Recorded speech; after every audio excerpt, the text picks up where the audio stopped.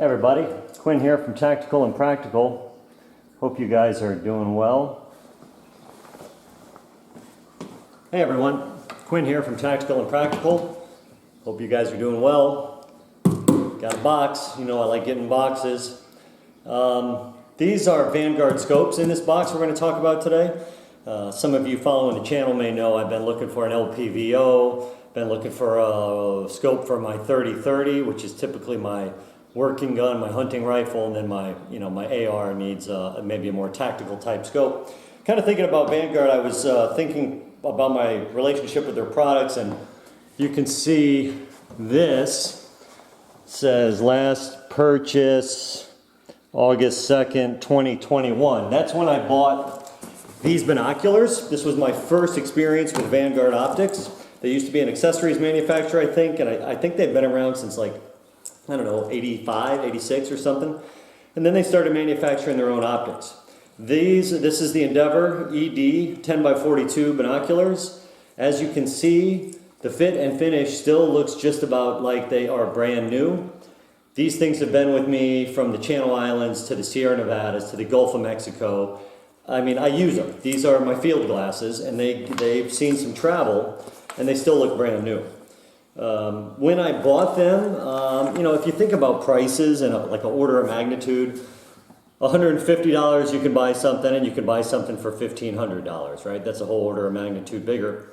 I'm not going to spend $1,500, but I'm willing to spend more than $150. Really what I'm looking for is high quality gear that performs well in the field, that has some value. And that's really what I found with this pair of binoculars. So since I was so happy with those, I have since bought the RS4 4-14x44 rifle scope, and I have also bought a spotting scope. They are kind of a new player in the space, but I think it's important to remember that every manufacturer was once a new player in the space, and as consumers, it's better for us to have more competition.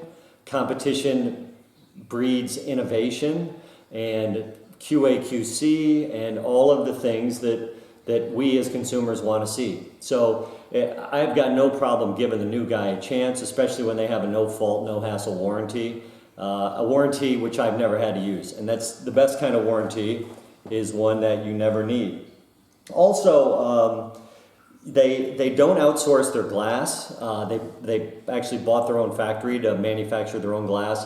Every other manufacturer, except maybe one, maybe US Optics maybe makes glass in the US, everybody outsources their glass. So if that is the paradigm, buying your own factory gives you the most control over quality assurance, quality control, I think, that you could probably have. So I have been nothing but impressed with these guys, so let's see what we get. You know, it's not like necessarily how long you've been standing, right? But maybe what you stand for. And when you have a rock-solid warranty that you stand behind and your customers never need it, I think that's doing pretty well. You add into that the features that they offer, the features and benefits on these rifles, and the price point that they come in at, I think you really owe it to yourself to at least take a look at them when you're in the market for a rifle scope. So first up, this would probably be on my going on my AR. Pretty traditional LPVO, 1:6x24, anti-reflective coatings. Obviously you get windage and elevation. This does have the Illuminated Reticle. Premium Hoya ED glass. The ED piece, you can nerd out on that as much as you want. It's extra dispersion, so I think it improves the light transmission by making sure you're not getting too much reflection into your eye, but I mean, that's above my pay grade. So, in the box, user manual, rifle scope, 30 mil tube, probably about 20 ounces. Magnification knob, a little stiff, but that's what you would expect right out of the box. It does have nice knurling, so you get a good grip on it. Included flip caps. We'll take a look through here. Let's put it down to 1.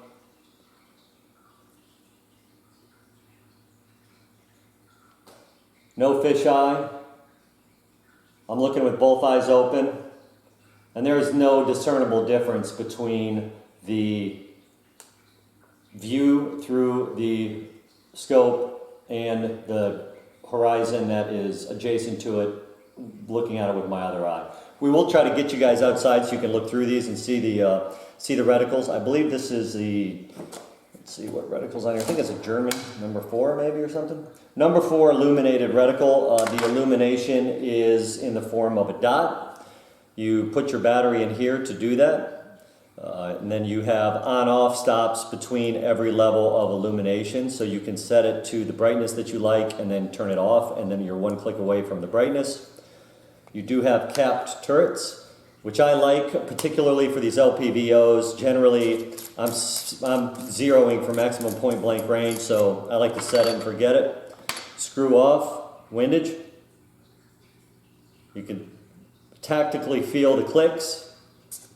Elevation, same way. One nice thing about these is you don't need a tool to reset your zero. You simply lift on the turret, it frees it up from the gear, you move it to where you want to set your zero, and then you let it back down and it seats, and then you're good to go. So if you want to, if you're at the range and you're zeroing this and you want to reset your turrets, you don't need to have a tool in your pocket, which I find pretty handy because I'm always losing those small tools. And it's pretty nice that it also includes the flip cap. Also, neoprene bikini cover. This came on my other one. It's actually pretty handy and it's stood the test of time. You also get a polishing cloth. Excellent scope. I think that's a real contender for my AR. Next up, now this, when I was kind of torn between the LPVO on my 30-30 and something with a little bit bigger objective lens, this really popped out to me as kind of it's a best of both world solutions, as far as I can tell. 1:7 magnification, but you get a 44mm objective lens. Now, briefly, let's talk about why that's important. My 30-30 is a working gun. I use it to put meat in the freezer. Typically, my buddies and I, we hunt. I mean, I'll hunt any time of day as long as I can get out, but generally we see a lot of action at dawn and dusk. We joke around, we call it the magic hour, right?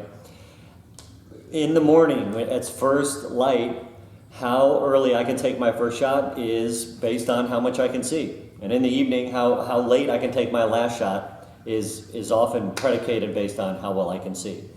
This is where light transmissivity comes into play.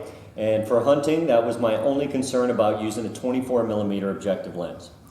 Your eyeball can dilate, right, based on if it's sunny or if it's dark. When it's sunny, maybe your eye is dilated down to 1 mil, 2 millimeters. But in the magic hour, dawn and dusk, your eyeball can dilate up to 6, 7, 8 mils. Let's say it's 7 mils because I'm getting a little older and my eyes may not be what they once were. To understand how much light is shooting out of your scope into your eye, right? You simply take the size of the objective lens, in this case 24, and divide it by what magnification you have this set on. So if you're at 6 times mag on a 24mm scope, that means 24 divided by 6 is 4. 4 millimeters of light is shooting out of the ocular lens into your eyeball.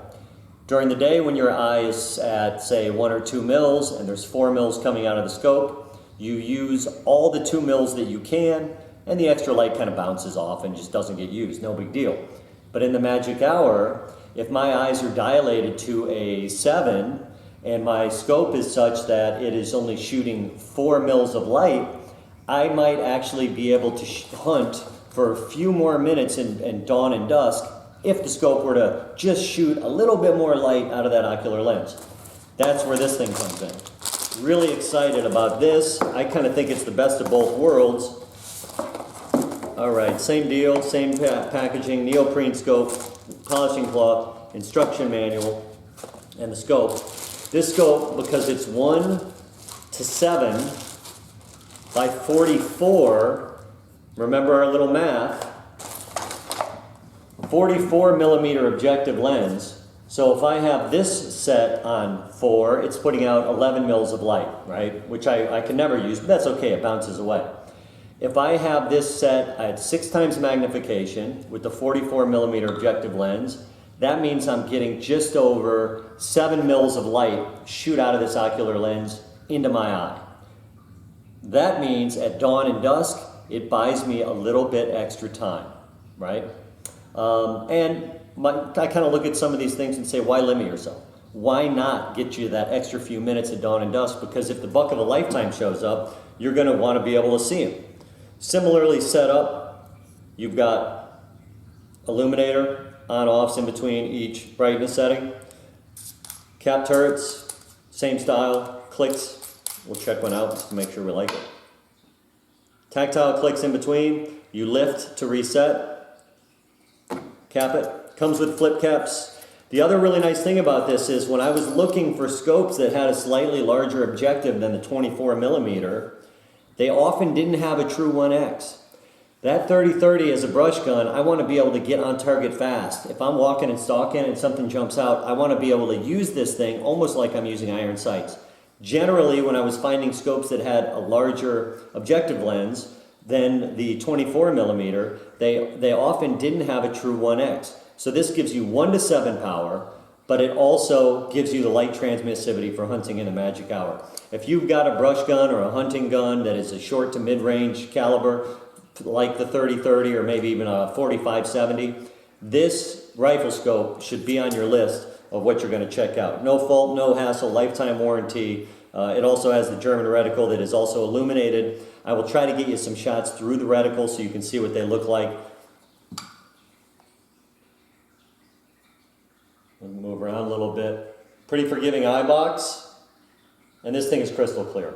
I mean, this is going to get the job done. Again, none of the fisheye effect. We'll zoom it up a little bit. Check it out. Yeah, so I've got a trip planned. Actually, I'm leaving today. If I have time, I'm going to go ahead and get this mounted up and stop at the range on my way out. Put a 0 on here and see if we can't go slam some hogs, and then I can really get you a field report on how this thing does. Vanguard, 2 different models. You get your 1x6 by 24